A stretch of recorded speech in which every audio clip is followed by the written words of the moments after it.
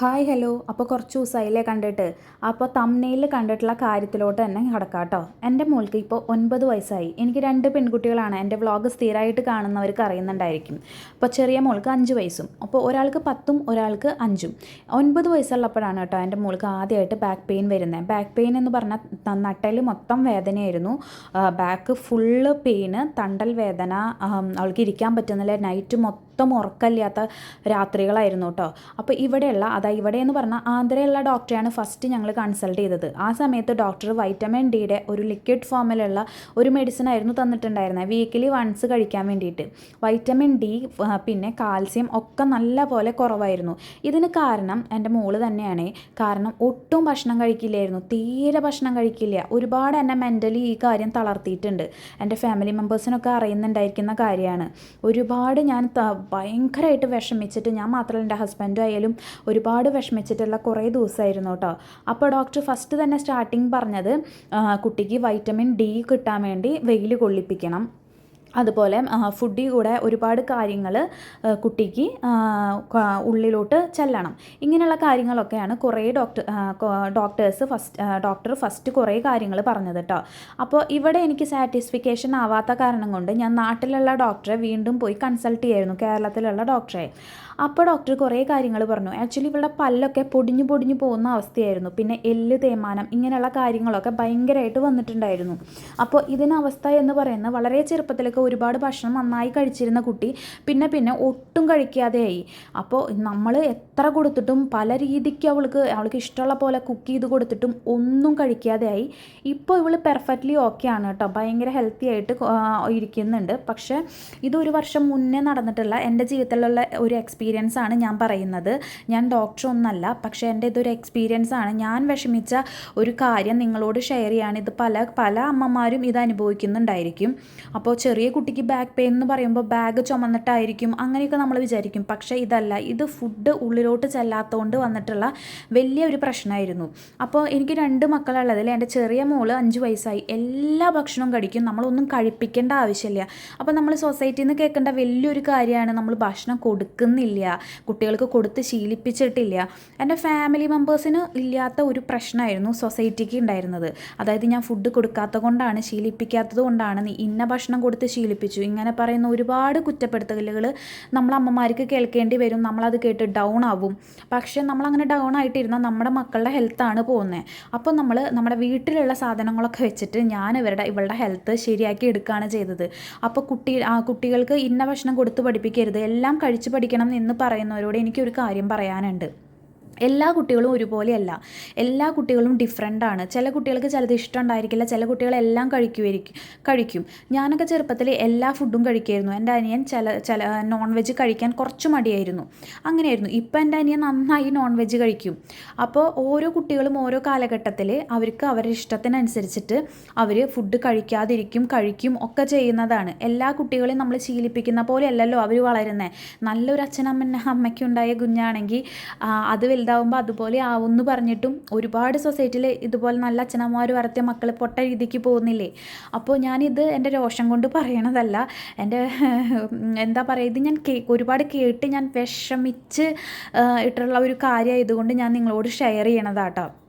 അപ്പോൾ ഇപ്പം എൻ്റെ ഹസ്ബൻഡിൻ്റെ ഫാമിലി ആവട്ടെ, എൻ്റെ ഫാമിലി ആവട്ടെ, അവർക്ക് കംപ്ലീറ്റ്ലി അറിയാം ഈ കുട്ടി എങ്ങനെയാണെന്നുള്ളത് അറിയുന്നതുകൊണ്ട് അവർക്കും വിഷമമാണ്. ഈ സൊസൈറ്റിയിൽ നിന്നൊക്കെ എനിക്കിങ്ങനെ കേൾക്കുന്നു എന്നൊക്കെ പറയുമ്പോഴത്തേക്കും നമ്മുടെ ഫാമിലിയിൽ നടക്കുന്ന കാര്യമാണ്. ഇപ്പോൾ ഡോക്ടറെ കാണിക്കുന്നു, ഇങ്ങനെ ഒരു കുട്ടിക്ക് ബാക്ക് പെയിൻ വരുന്നു, സ്കൂളിൽ പോകുന്നില്ല, ഇങ്ങനെയൊക്കെ എല്ലാവരും അറിയുമ്പോഴത്തേക്കും അങ്ങോട്ടും ഇങ്ങോട്ടും പറയുന്നതും കേൾക്കുന്നതൊക്കെ നമ്മളെ അമ്മമാർക്ക് സഹിക്കില്ല.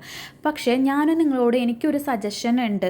ഇത് എൻ്റെ ഒരു റിക്വസ്റ്റായിട്ട് നിങ്ങൾ കാണണം. ഇത് കാണുന്ന ഏതെങ്കിലും അമ്മമാർ കുഞ്ഞുങ്ങൾ ഇന്നത് വേണ്ട എന്ന് കരയുമ്പോഴത്തേക്കും നമ്മൾ ഭയങ്കര അടിച്ച് ഫോഴ്സ് ചെയ്യിപ്പിച്ചിട്ട് അവർക്ക് കൊടുക്കരുത്. പിന്നെ കുഞ്ഞുങ്ങൾക്ക് എങ്ങനെയാണോ ഫുഡ് ഇഷ്ടം അത് അവർക്ക് കൊടുക്കാൻ വേണ്ടി ശ്രമിക്കുക. ഇപ്പം നമ്മൾക്ക് അതിനുള്ള പൈസ ഇല്ല, കാര്യങ്ങളില്ലെങ്കിൽ നമ്മുടെ വീട്ടിലുള്ള, ഇപ്പം ഞാൻ എൻ്റെ വീഡിയോയിൽ ഫസ്റ്റ് സ്റ്റാർട്ടിങ് നിങ്ങൾ കണ്ടിട്ടുണ്ടായിരുന്നു, പച്ചക്കപ്പലണ്ടിയും വെണ്ടക്കായി ഇട്ടിട്ട് ഞാൻ ഒരു തോരൻ വെക്കുന്നത്, അപ്പോൾ ഒരു കറി വെക്കുന്നതൊക്കെ.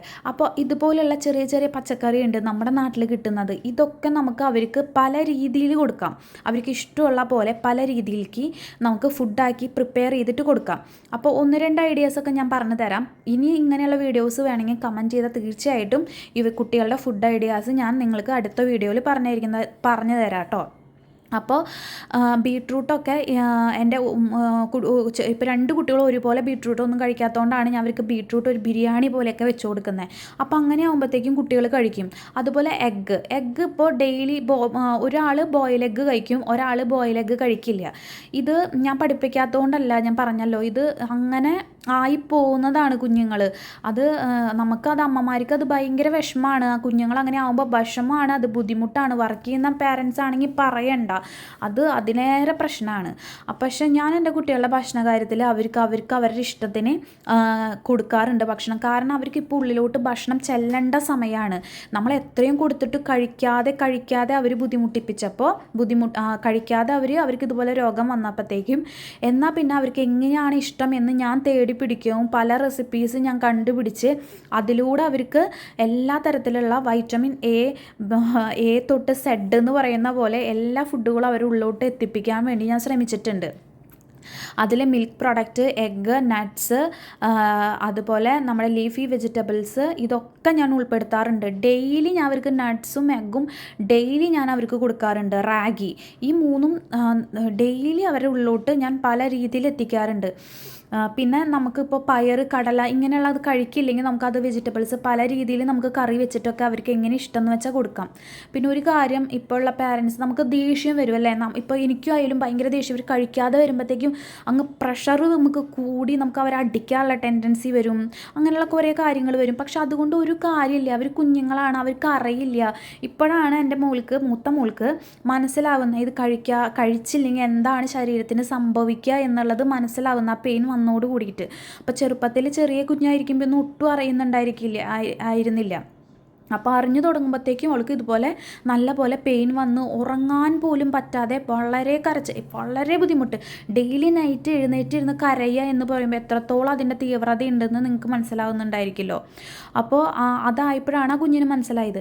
പിന്നെ നമുക്ക് ഒരു കുഞ്ഞുങ്ങൾ ഉണ്ടാവുമ്പോൾ അവർ ഇന്നത് എല്ലാം കഴിക്കണം, എല്ലാം ശീലിക്കണം എന്ന് നമ്മുടെ അമ്മമാരുടെ ആഗ്രഹമായിരിക്കും. അപ്പോൾ എനിക്ക് അങ്ങനെ ഒരാൾ, എൻ്റെ ചെറിയ ആളാണ്, എല്ലാം കഴിക്കും. എനിക്ക് അവളെ കൊണ്ട് ഇങ്ങനെ ഒരു ബുദ്ധിമുട്ടില്ല, അവളെല്ലാം കഴിച്ചോളും, നോൺ വെജും ഒക്കെ കഴിച്ചോളും. അപ്പം മൂത്ത ആൾക്ക് ഞാൻ അവളുടെ ഇഷ്ടത്തിന് എപ്പോഴും ഫുഡിന് പ്രിഫറൻസ് കൊടുക്കാറുണ്ട്. അത് അവളുടെ ഹെൽത്ത് കുറിച്ച് ആലോചിച്ചിട്ടാണ്. അപ്പോൾ എല്ലാ അമ്മമാരും ഇങ്ങനെ ചെയ്യണം എന്ന് എൻ്റെ ഒരു റിക്വസ്റ്റാണ്. കാരണം സമയം ഉണ്ടെങ്കിൽ നിങ്ങൾ ഇതുപോലെയുള്ള ഐഡിയാസൊക്കെ ഞാനും ഷെയർ ചെയ്യാം നിങ്ങൾക്ക് വീഡിയോ ആയിട്ട്. ഇല്ലെങ്കിൽ യൂട്യൂബ് നോക്കിയാൽ തന്നെ നിങ്ങൾക്ക് ഒരുപാട് ഐഡിയാസ് കിട്ടും. ഇപ്പോൾ അവർ മോർണിംഗ് ചോറ് കഴിക്കുന്നില്ലെങ്കിൽ അവർക്ക് ഇഷ്ടമുള്ള ടിഫിൻ തലേദിവസം നമ്മൾ പറഞ്ഞിട്ട് 2 ദിവസം മുന്നേ തന്നെ അറേഞ്ച് ചെയ്ത് അവർക്ക് ഉണ്ടാക്കി കൊടുക്കുക. ഇനിയിപ്പോൾ എൻ്റെ മക്കൾ ചില ദിവസം ചോറാണ് കഴിക്കുക, ടിഫിൻ കഴിക്കാറില്ല.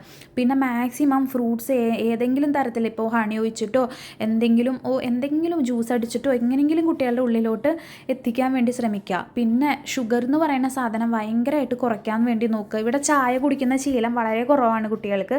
പാല് പിന്നെ നമുക്ക് കൊടുക്കാതിരിക്കാൻ പറ്റില്ല. അതിലൊരു protein powder, homemade protein പൗഡറൊക്കെ ഇട്ടിട്ടാണ് ഞാനിവിടെ കൊടുക്കാറ്. പിന്നെ റാഗി ഇങ്ങനെ ചിലപ്പോൾ കുറുക്കാക്കിയിട്ട് കൊടുക്കും, ചിലപ്പോൾ അത് സംഭാരം ഒഴിച്ചിട്ട് അങ്ങനെ കൊടുക്കും, ചിലപ്പോൾ റാഗി ദോശയായിട്ട് കൊടുക്കും.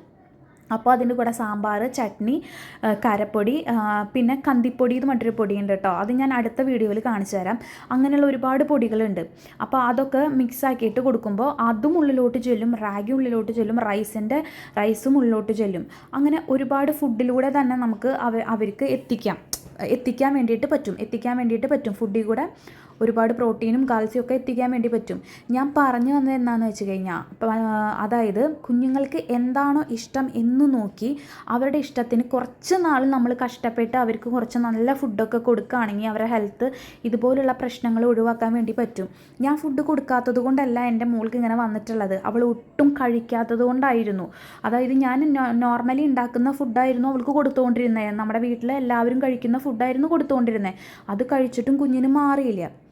അപ്പോൾ ഞാൻ പിന്നെ അവളുടെ ഇഷ്ടത്തിന് ഇതുപോലെ എഗ് റൈസ് അങ്ങനെ ഒരുപാട് ഫുഡുകൾ കണ്ടുപിടിച്ച് അതുപോലെ കൊടുക്കാൻ തുടങ്ങിയപ്പോഴാണ് കേട്ടോ ഇതൊക്കെ മാറിയത്. പിന്നെ ഡെയിലി അവൾ ഓക്കെ ആയതിനു ശേഷം യോഗ അങ്ങനെയുള്ള കാര്യങ്ങൾ, എന്തെങ്കിലും ആക്ടിവിറ്റി, ഡാൻസ് അങ്ങനെയൊക്കെ ചെയ്യിപ്പിക്കുകയാണെങ്കിൽ അവർ കുറച്ചും കൂടി ഹെൽത്തി ആയിട്ടിരിക്കും.